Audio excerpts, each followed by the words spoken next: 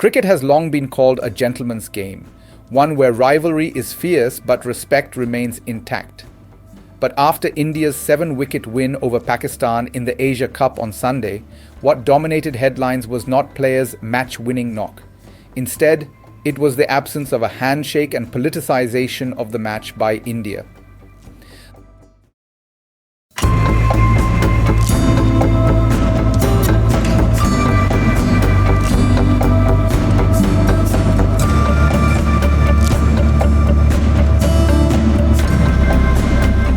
The lack of sportsmanship started way before the match.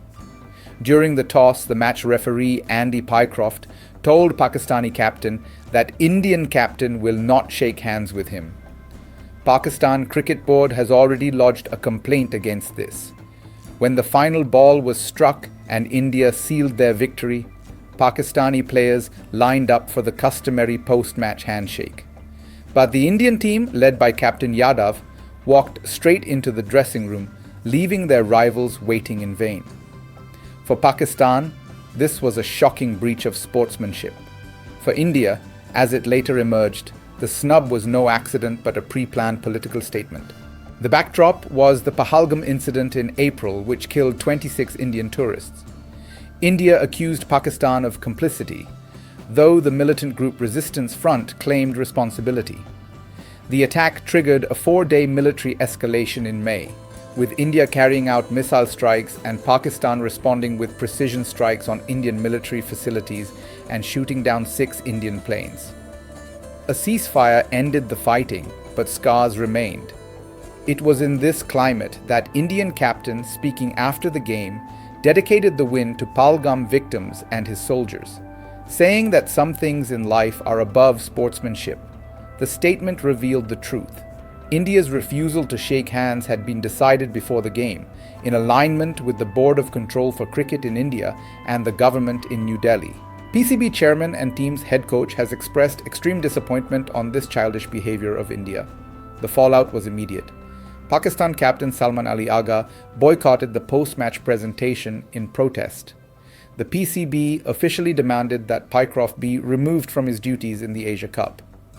Even before the match day, the Indian public as in whole alongside its political figures had expressed the intent to boycott the match, yet the stadium was filled with Indian fans. What makes the episode even more striking is the contrast with history. India and Pakistan have fought wars, endured terror attacks, and even severed diplomatic ties. Yet cricket has always found a way to continue. Be it the tensions during the 80s or cricket matches after Kargil War or even the matches during Musharraf era, the matches went on. Matches were often described as mini-wars, but once the game ended, players shook hands, shared a smile, and upheld the tradition of respect. Even during the darkest years of cross-border hostilities, cricket remained a bridge, not a wall. This time, however, the bridge was deliberately burned. India's ruling BJP government, rooted in a radical Hindutva ideology, has repeatedly used cricket as a stage for political messaging. By instructing players not to shake hands, the government ensured the sporting arena became an extension of its nationalist posturing. Critics warn that this sets a dangerous precedent.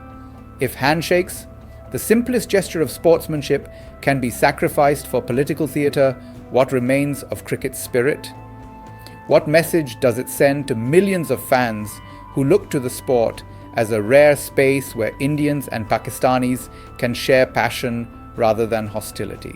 For now, India marches into the Super 4 with confidence, while Pakistan faces a must-win clash against the UAE. But the real story lies off the pitch. The Asia Cup clash will be remembered less for India's 7-wicket win and more for how a handshake denied became a symbol of politics invading cricket. Once again, the shadow of politics has loomed large over South Asia's greatest sporting rivalry, turning what should have been a celebration of cricket into a reminder of division.